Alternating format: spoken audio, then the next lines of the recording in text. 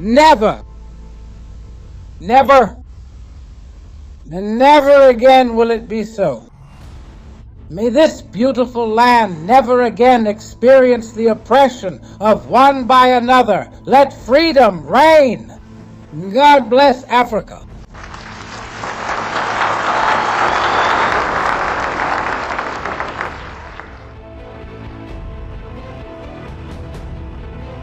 Among the farming, nomadic, and hunter peoples of the African continent, who were influenced by the conquest by European nations. In the 19th and 20th centuries, was there a particular region that, as a result of this colonization, witnessed a complete transformation of its way of life?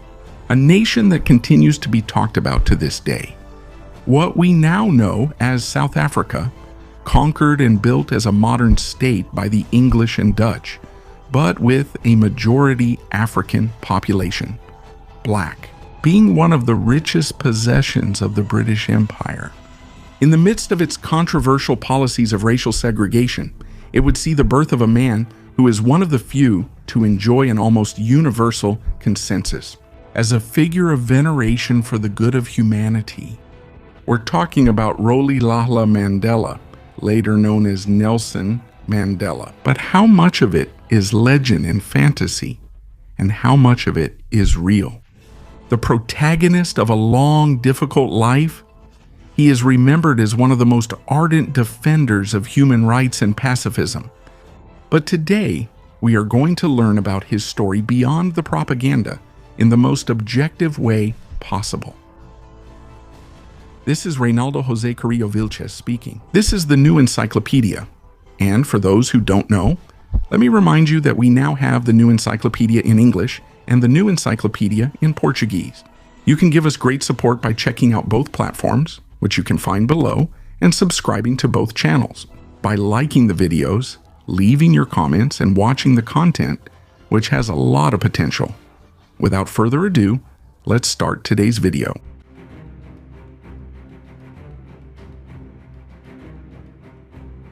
Nelson Mandela, born with the name Rolihlahla Mandela, came into the world on July 18, 1918, in the village of Moiso in the Eastern Cape Province, a province that at that time belonged to the so-called Union of South Africa, which was the political and administrative entity through which the British Empire governed its territories in southern Africa in a unified way. His name, Rolihlahla, came from the native language of his ethnic group, and jokingly meant something like troublemaker. Mandela's parents were descendants of a lineage of ancient tribal chiefs and held a high status in their tribe, which was called the Tembu Kingdom. For this reason, at the age of 7, they managed to send Mandela to a Methodist school in his hometown. At that school, his teacher gave him the name Nelson, and young Mandela, not knowing why he was being given this new name, accepted it. Shortly after, at the age of 9, his father died, and because of this, his mother entrusted young Nelson to the care of the chief of the tribe, named Jonquintaba Dalindievo. This was a common practice among prominent tribal families when the parents died, since in this way, under the care of the chief of the tribe, some future prospects could be secured for the young people who were left without a father. Thus, in this way, Nelson moves to live with the chief of the tribe, Jonquintaba, in the Mekashweni Palace. Being raised by the chief of his tribe was a decisive event in his life, which allowed Mandela to have an education and a privileged position. He also learned from a young age various notions of leadership and acquired advanced knowledge about the history and geography of his country of origin. In 1935, he began his secondary studies in the town of Nkobo, although he would finish them in 1939 in Beaufort at prestigious institutions for the African community in the region. As the adopted son of a tribal chief, Mandela received a privileged education and formed friendships with members of other tribes. And although the instruction focused on history from the English point of view, Mandela began to develop a preference for the history of South Africa its native tribes, their customs, and life before the arrival of the English. Thus, anti-imperialist and anti-colonialist ideas began to take root in young Mandela's mind. After finishing high school, Mandela began his university studies at the University of Fort Hare in the town of Alice, which was exclusively for the Black African community. Mandela chose to study for a degree in arts, but he took different classes in various subjects, such as anthropology, politics, colonial administration theory, Roman law, and English law, among others. However, the following year, in 1940, Mandela was suspended from the university for participating in some protests related to the quality of the food provided at the university. After this, he returned to the Make-Sweeney Palace. He was surprised to find out that his adoptive father had arranged a marriage for him with a woman he didn't even know. Mandela decided to escape to Johannesburg, which, although it was not the capital of the South African colonial territory, was a city of great economic importance due to its mining activity. In Johannesburg, Mandela went through a period that, although marked by economic hardships he had never experienced before, allowed him to learn a lot about his father's situation and the political movements that were taking shape around this time. He made contact with members of the emerging South African Communist Party, whose proposal for equal treatment among blacks, whites, and mixed-race people caught his attention. And even though he did not join the Communist Party, because he believed that the South African issue was not a matter of class, but of race, Mandela participated together with members of that party in small boycotts and student protests against racial segregation, and he came to sympathize with several of the communist principles. Beyond this, Mandela managed to return to university in 1943 and enrolled in the law program at the University of Witwatersrand, which was in Johannesburg. And the young Nelson Mandela, 25 years old, didn't know that his time at this university was going to change his life forever? Now then, before we continue with the life of Nelson Mandela, it is necessary first to delve into the history of his nation, a history little known by many, which is the history of South Africa. Before the arrival of the Europeans, the territory that is now known as South Africa had a diverse array of tribes and native communities, with highly hierarchical and complex divisions, which, despite their technical disadvantage compared to other nations that were technologically superior, were extremely warlike. Among these warlike tribes, the Bushmen, the Hottentots, and the Bantus stood out, each of which formed continuous confederations and alliances to expand or to fight against each other. In 1487, the Portuguese, led by Bartolomeu Dias, rounded the Cape of Good Hope in the western part of the country, being the first Europeans to reach this place. After their arrival in the southern region of Africa, it became an important territorial attraction for European powers due to its privileged geographic position, among other reasons. However, it would not be the Portuguese but the Dutch who would plant their flag in this area in 1652 through the so-called Dutch East India Company. This was a company authorized by the monarchy of the Netherlands to colonize and commercially exploit territories along Africa and America. Thus, the Dutch established the first settlements on the South African coast to supply ships traveling from Europe to Asia and vice versa. This activity was essential for global trade. The Dutch gradually moved into the interior of South African territory, subjugating by force, or at least attempting to subjugate the native tribes that lived there. From these tribes, men were taken to form the great slave monopoly that the Dutch held for several decades. However, in 1806, in the context of the Napoleonic Wars, the English, taking advantage of the Dutch weakness, decided to forcibly occupy their territories. So, starting in 1820, thousands of English settlers began to settle on the coasts of South Africa, creating a series of provisional colonies. On their side, the so-called Boers, that is, the descendants of the former Dutch settlers, undertook the so-called Great Trek into the African interior and created two new settlements that they proclaimed as two new independent republics, the so-called Orange Free State and the Transvaal Republic, between 1835 and 1846, in order, among other things, to maintain their sovereignty and counteract English influence. However, the English were not going to look favorably on this, and from 1877 they launched a campaign to exterminate the Boer communities and proceeded with the colonization of the entire South African territory. So by 1902, after several years of war and violence, in what has been called the Anglo-Boer conflict, the British took full control of South Africa, dissolving the Boer-created British nations and integrating them into the territory under their rule. For their part, by this same time, the English had already brought all the native tribes of South Africa under their power.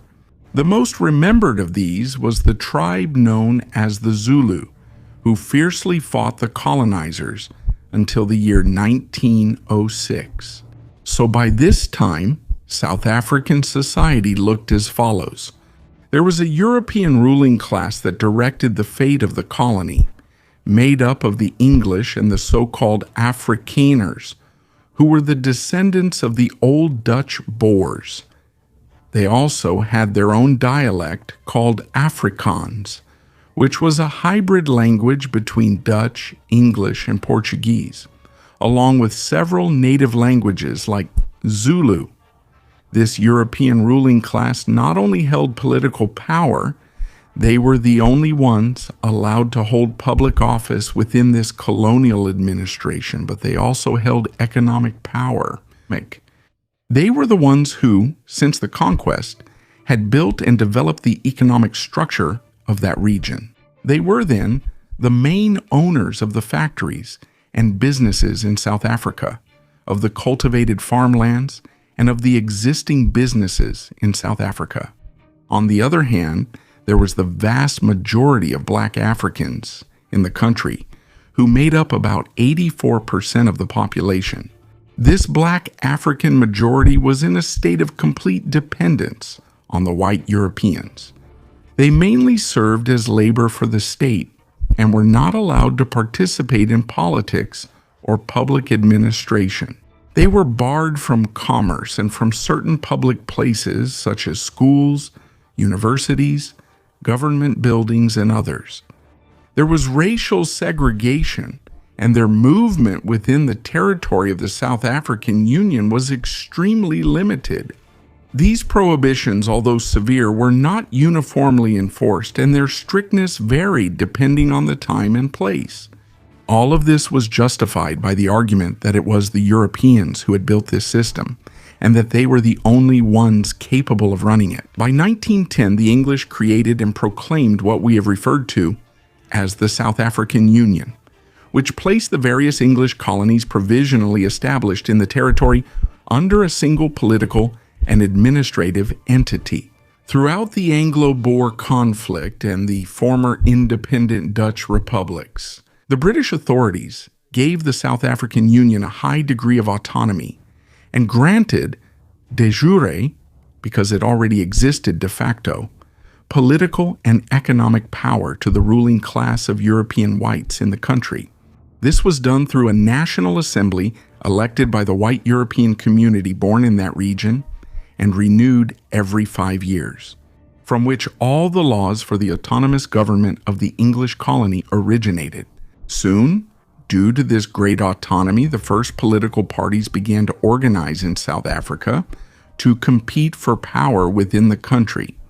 The most important ones to know about, and which we will talk about later, are the Unionist Party and the National Party, founded during the 19-teens.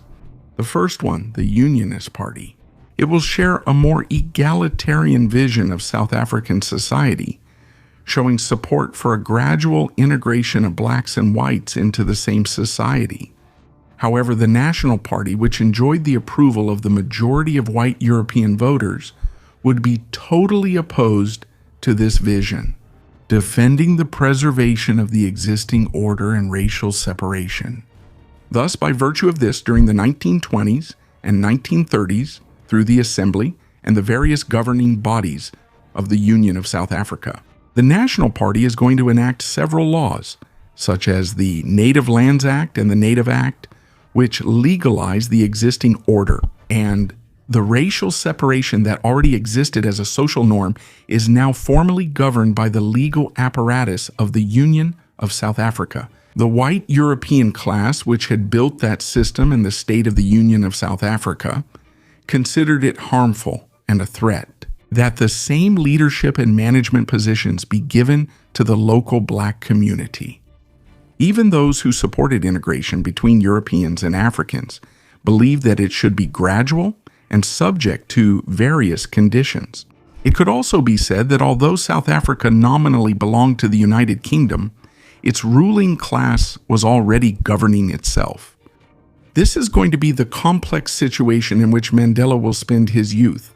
However, it would still be a few years before the situation reached a boiling point, and Mandela also reached a key moment in his life.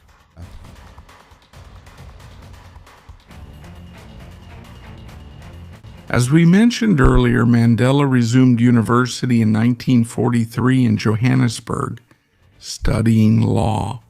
He balances those studies with a job at a modest law firm, which helps him gain experience in the legal field. Even though the university where he studied openly admitted black students, Mandela was the only black student at that institution. This resulted in a complex and difficult experience for him during his student years.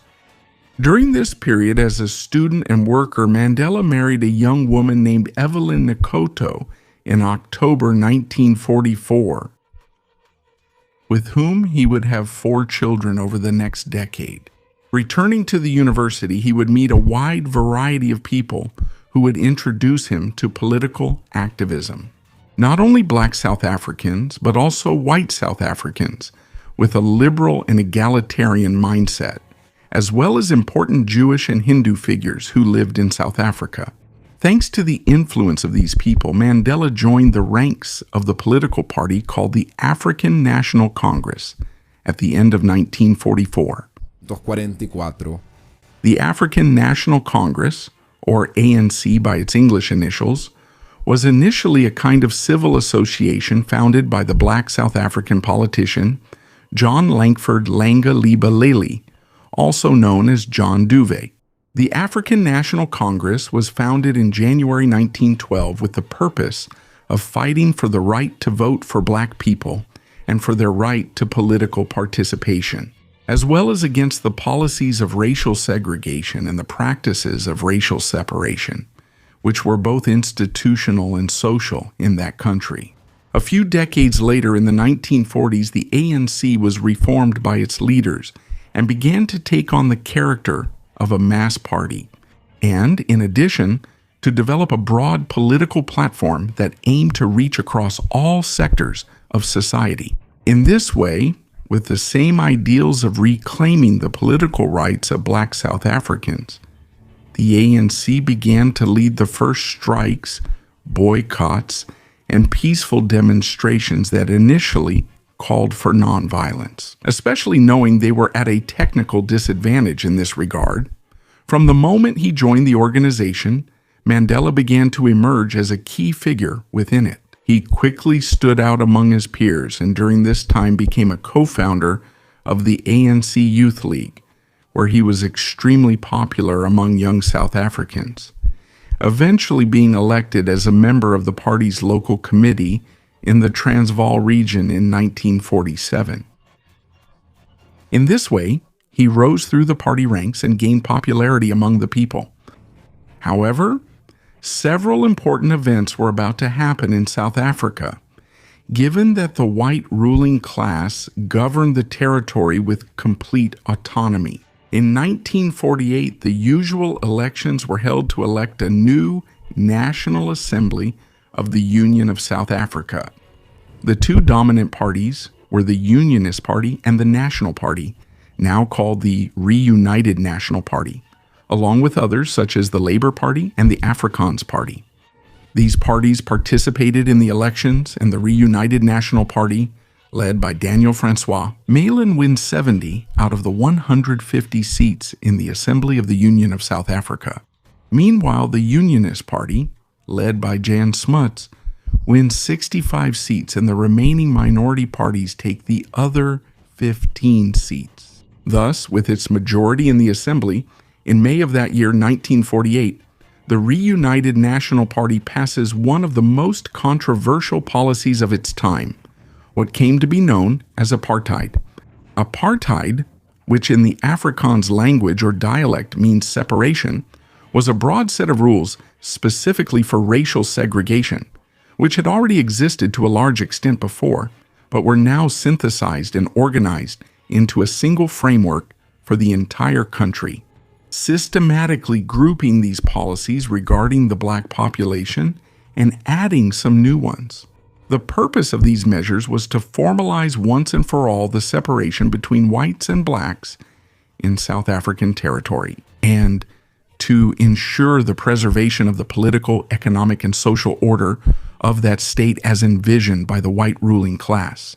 They were the descendants of those who had built that system and saw the exponential growth of egalitarian movements in that country as a serious threat.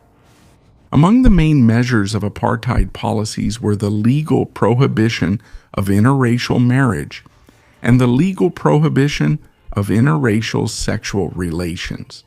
Massive residential segregation, that is, the designation of residential areas reserved exclusively for one racial group, for both the white and black communities, the relocation of black families living in white areas, the total exclusion of black people from political life, strict supervision of their mobility, and the designation of separate recreational, educational, and hospital areas. For the community of black South Africans and the community of white South Africans, the South African nation was thus formally, officially, and institutionally separated between blacks and whites.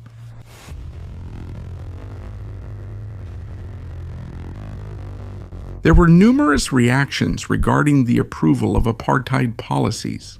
The majority of the white population received the news with enthusiasm and supported this new system. The black community, along with other liberal whites such as those from the Unionist Party and other parties like the Communist Party, widely rejected this package of measures.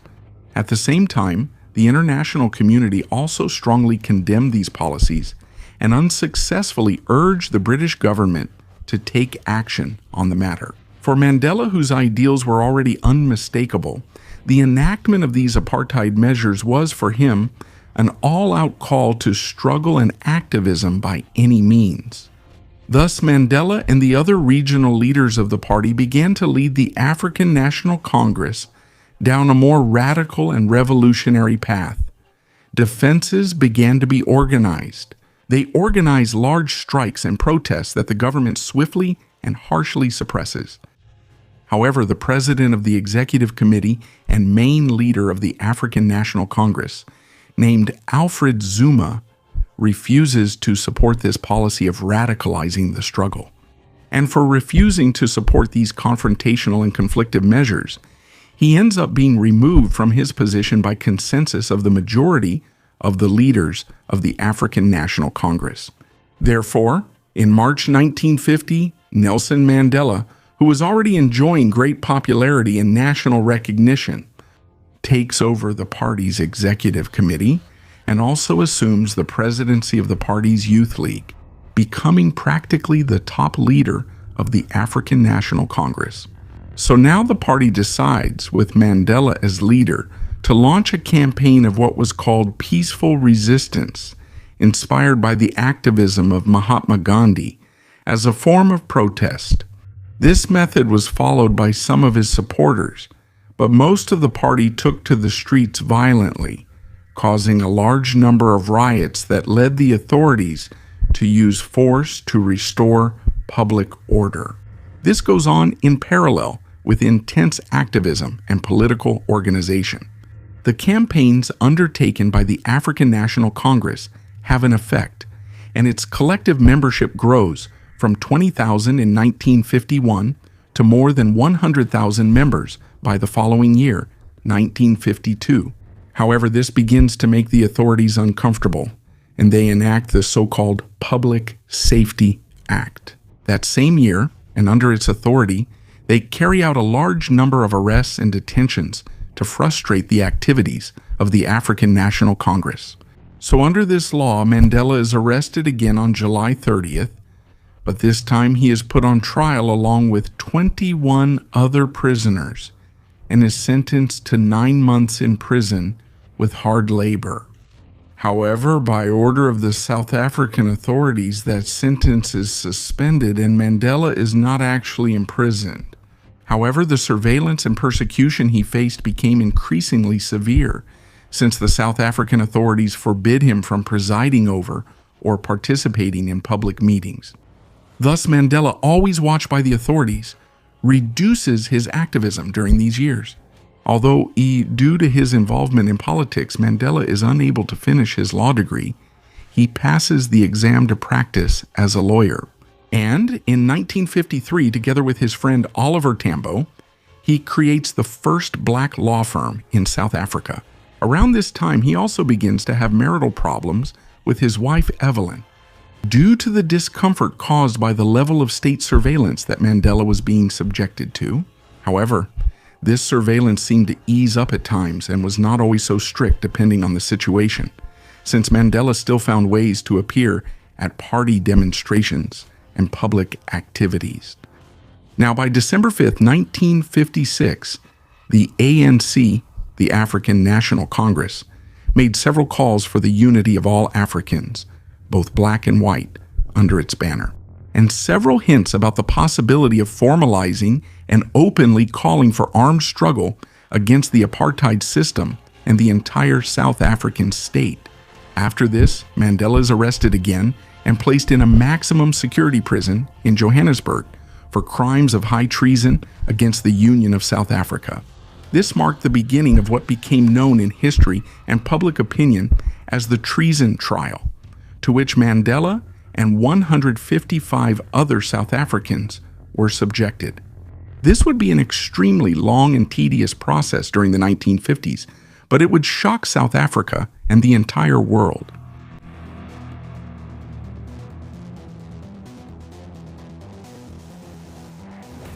So, ahead of the trial, in December 1956, the accused, including Nelson Mandela, were released on bail.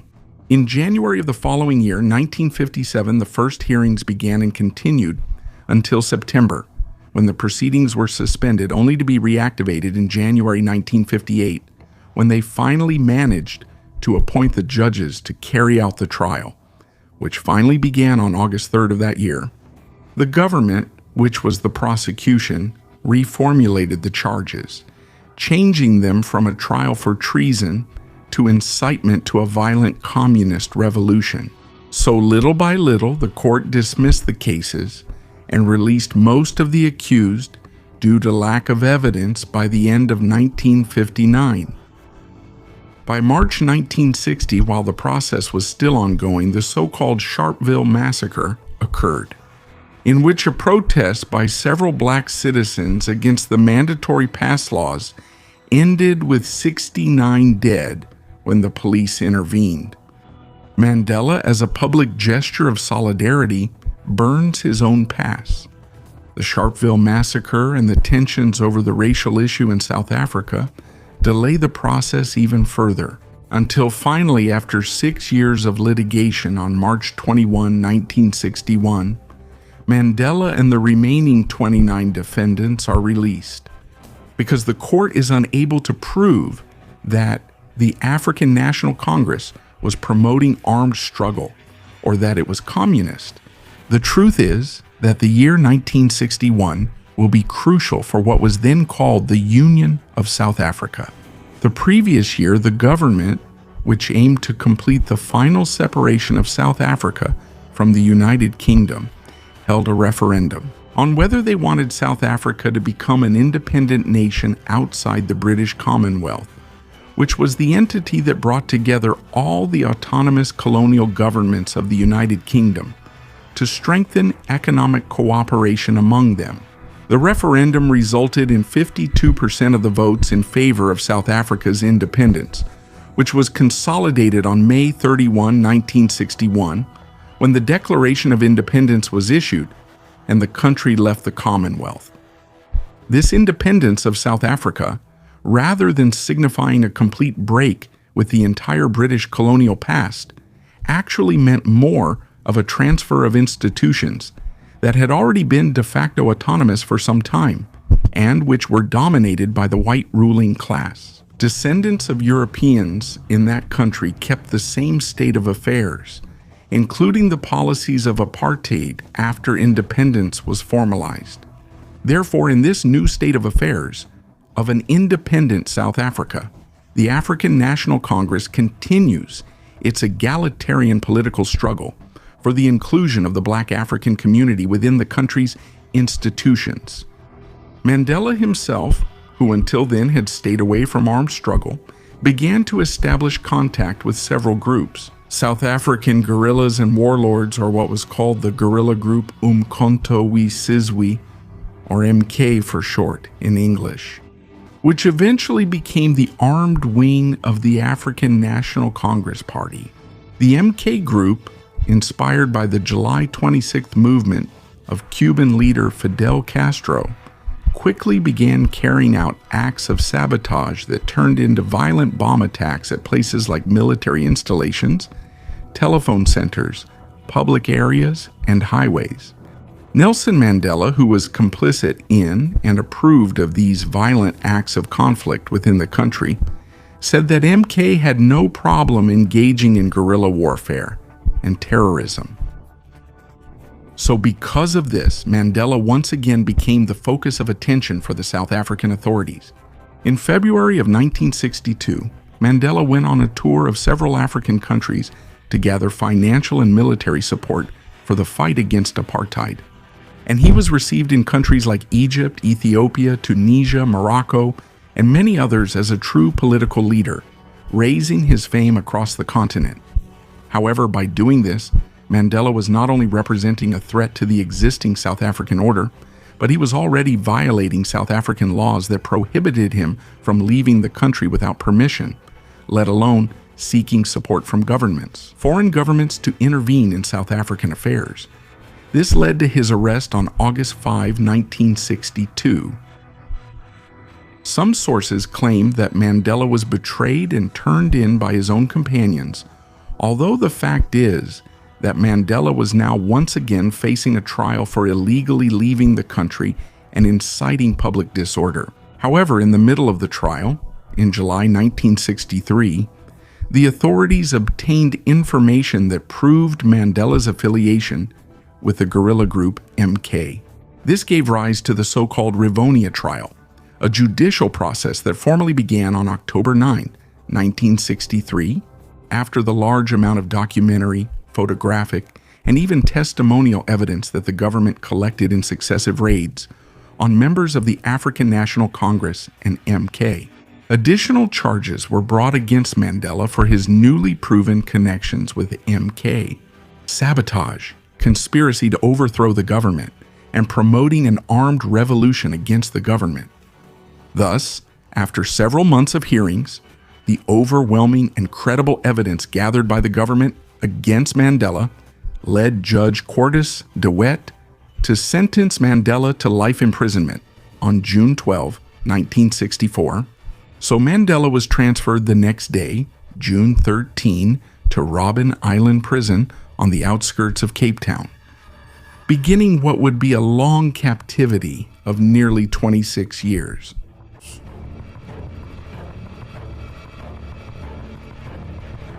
Even though the judicial process that sentenced him, known as the Rivonia trial, drew the attention of organizations like the United Nations and caused a stir in public opinion and the government. The truth is that Mandela had given the South African government all the necessary reasons for his imprisonment. From illegally leaving the country to actively participating in a guerrilla group considered by some sectors as, he was sent to prison on Robben Island, on the outskirts of Robben Island, and to other prisons. On Robben Island from 64 to 82, in Pollsmoor from 82 to 88, and in Victor Verster from 88 until 1990, Mandela's life had been reduced from the most intense political activism to the most monotonous daily routine. On Robben Island, AF, armed for regime change, being accused of this and sentenced accordingly. Mandela spent the next 26 years of his life in 3 prisons. On Robben Island from 64 to 82, in Portsmouth from 82 to 88, and in Victor Verster from 88. Until 1990, Mandela's life had been reduced from the most intense political activism to the most monotonous daily routine. On Robben Island, the prisoners had to work in a nearby limestone quarry where they chipped away incessantly during the day under very harsh conditions and without protection. In fact, the glare from the limestone permanently damaged Mandela's eyesight, and during this period, he was allowed 1 visit and 1 letter every 6 months. During this time, his mother and one of his daughters also died, and he was forbidden to attend her funeral. At the same time, he supplements the few hours of rest with studying law by correspondence, meditation, and physical exercise. After his transfer to Pollsmoor in 1982, the conditions of his imprisonment improved. He is relieved from forced labor and allowed to have visits, which he discreetly uses to maintain contact with the African National Congress and other political leaders, playing an important role from prison in the fight against racial separation policies. By 1985, the South African government of the then President Peter Botha, he offers Mandela freedom on the condition that he renounces violence as a method of political struggle, and Mandela rejects this offer without hesitation. These actions and the time he had already spent in prison would make the whole world see Mandela as a true example of struggle and resistance. This positions him as one of the most influential figures of the time. However, from the struggle to separate from violence, the fight against segregation policies, and the resistance in the fight against separation, Mandela. First of all, South Africa experienced a severe economic crisis caused by a drop in the prices of gold, platinum, and diamonds, which were the country's main mineral resources. This resulted in the state being unable to cover all the necessary expenses, leading to rapid social discontent at the same time. A large part of the white community in South African society was gaining more ground, a stance that was viewed unfavorably. The party system was greatly influenced by many foreign trends. Now, not only black people, but also an increasing number of white people were demanding the establishment of an egalitarian and democratic regime that included the black community. And at the international level, although apartheid South Africa was recognized by countries such as the United States, France, England, Germany, and Israel, over time, a large number of international economic sanctions were imposed on South Africa with the purpose of changing its apartheid regime, isolating it from the rest of the world in several ways. This proves that there were prominent international powers seeking to transform the order within South Africa and put an end to the ancient ruling class of European descent.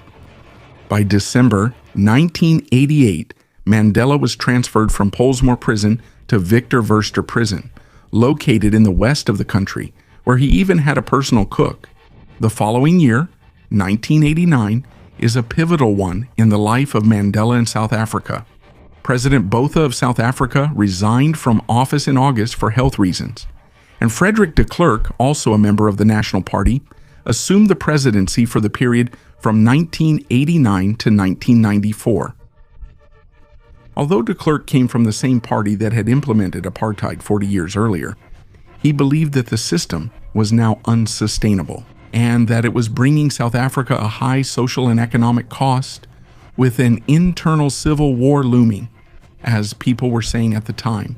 As a result, de Klerk began secret talks with Mandela in December of that year, 1989, to legalize the African National Congress, release political prisoners, and integrate Mandela and the black community into the country's political life. Indeed, these measures are being carried out. On February 2nd, 1990, the African National Congress was legalized, and on February 11, the long-awaited, though also rejected by some, moment occurred when Mandela was released from prison. A crowd of people and a large number of national and international media outlets witnessed that event. Later, Mandela was carried by the crowd to Cape Town City Hall, where he gave a speech, his first in 26 years of imprisonment, in which he calls for national reconciliation and the unity of South Africa, which would instantly become his signature causes. But this event, beyond the release of an imprisoned man, meant the announcement of a change of system for South Africa. And indeed, much to the delight of Mandela and the supporters of the egalitarian cause, the South African Assembly officially repeals it on June 17 of the following year. That is, in 1991, the famous apartheid system, making both whites and blacks equal in rights. In this way, Mandela, free, supported and backed by the majority of the population, will now also seek to win the presidency.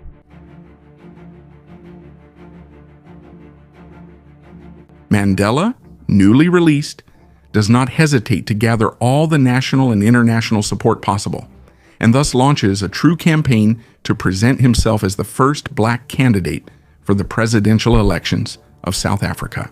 These elections would be held in 1994, and Mandela's purpose was to establish what he called majority rule, that is, democracy, which holds that it is the majority of a group, in this case, the black majority of the South African nation, who should set the rules of the game.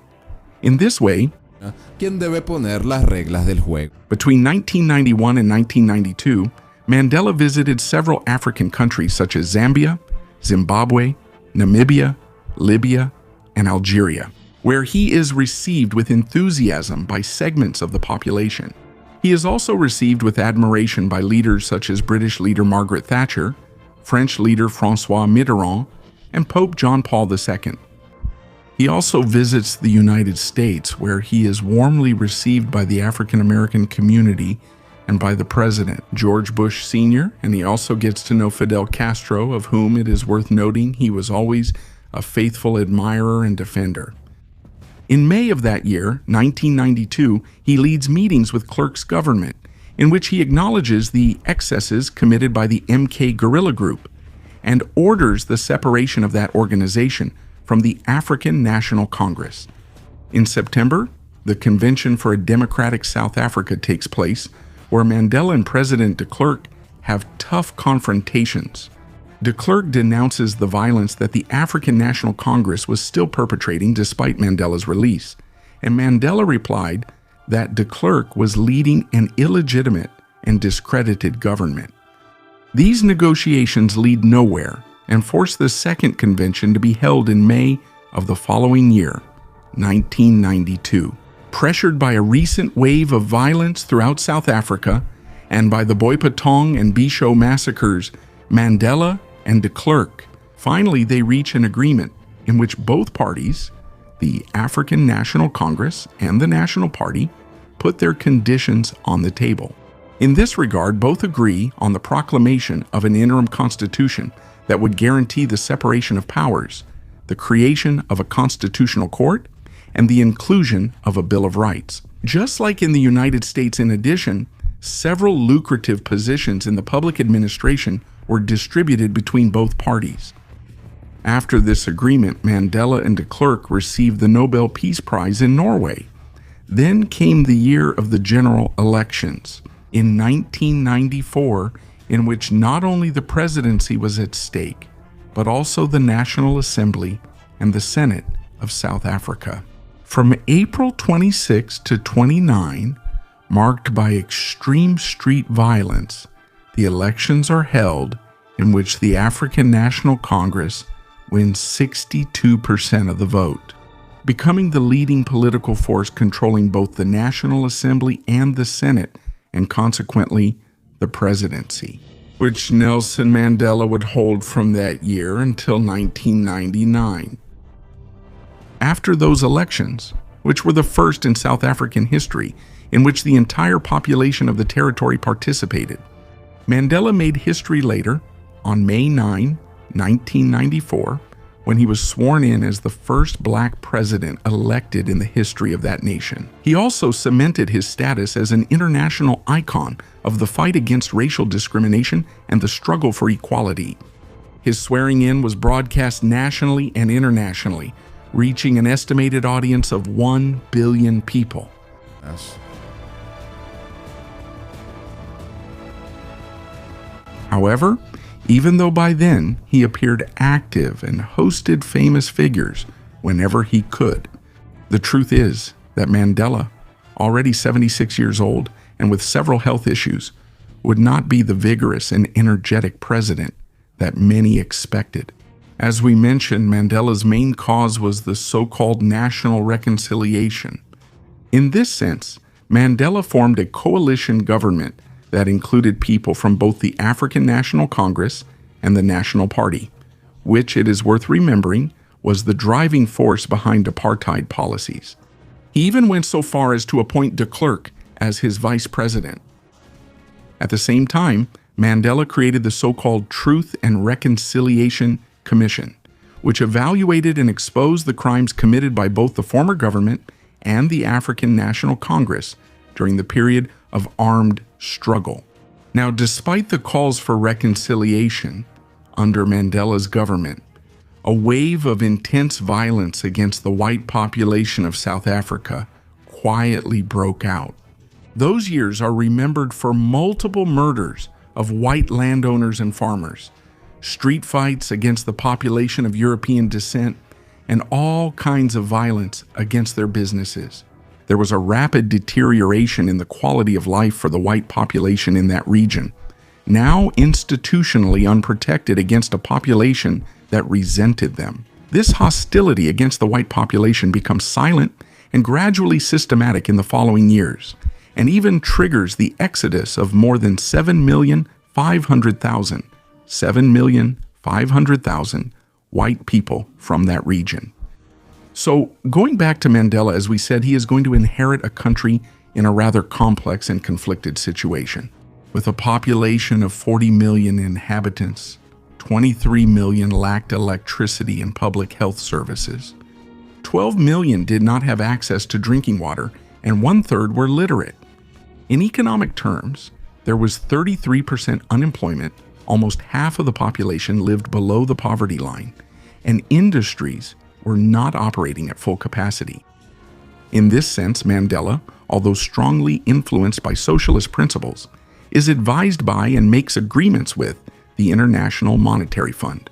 By applying a series of economic measures called international capital funds, international funds, they followed the standard policy prescriptions of these international capital funds, with measures such as opening up to foreign trade, reducing the role of the state, privatizing state-owned companies, among others. And in fact, with the capital the country receives thanks to these measures, inflation is reduced considerably. Inflation falls from 14 to 5%, and GDP grows at an average rate of 3%. The per capita income of the 5 black households increases by 90% during this period of Mandela's government. And social assistance programs, charities, and subsidies also increased considerably. Of course, there were sectors that harshly criticized Mandela on various fronts. Aspects such as the development of various public health epidemics and the fact that a major crime problem worsened even further in South Africa, where crime rates increased considerably during that time. The truth is that with Mandela, a new political and social order was established in South Africa. There was a change of elites in which the country's ruling and business class would no longer be managed solely or mainly by those of European descent, but the black African community would increasingly play a larger role. The speed of this replacement in that country was unprecedented compared to any other nation at that time.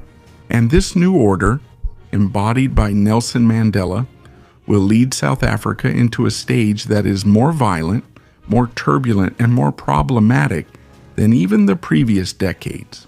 But going back to his last days of presidency, in this previously described scenario, without much sorrow, although with some glory, especially at the international level. Against a backdrop of light and dark contrasts, Mandela ends his term on June 17, 1999, to hand over the presidency to President Thabo Mbeki. For some additional time, Mandela continued to appear occasionally at public events, speeches, and inaugurations. But due to his advanced age, he announced his definitive retirement from politics in 2004. However, he would continue to be a highly respected figure in the worlds of politics, culture, and even entertainment. In 2011, he began to suffer serious health problems, with multiple hospitalizations due to respiratory issues and surgery for gallstones. By June 8, 2013, a respiratory infection became complicated and he was rushed to the hospital. After this, Mandela was never the same, and his condition remained extremely critical for the next 6 months, until the night of December 5, 2013, when the president at the time, Jacob Zuma, announced to the world the passing of Nelson Mandela. President Zuma declared 10 days of mourning, and Mandela's remains were displayed at the government headquarters between December 11 and 13. Meanwhile, the funeral was finally held in a remote village called Kunu, although his remains were later moved to Mweso, which was his hometown. Thus ended the life of someone who has been considered by both opponents and admirers as one of the most influential icons of the 20th century. He is currently remembered as a symbol of egalitarian struggles around the world, and as an example of resistance and political struggle. Thank you all very much for watching this video. I hope you enjoyed it.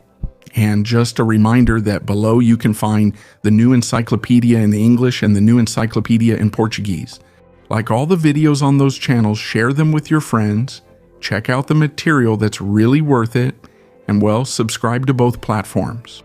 Thank you all very much, and may God bless you.